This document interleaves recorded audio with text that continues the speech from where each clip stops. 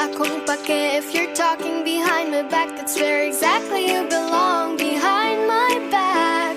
Ako'y babae, hindi babae lang.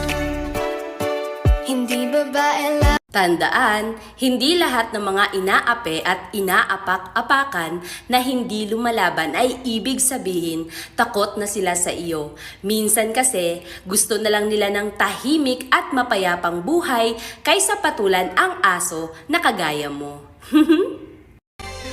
Ulit-ulitin ko sa'yo ang nadarama ng aking puso.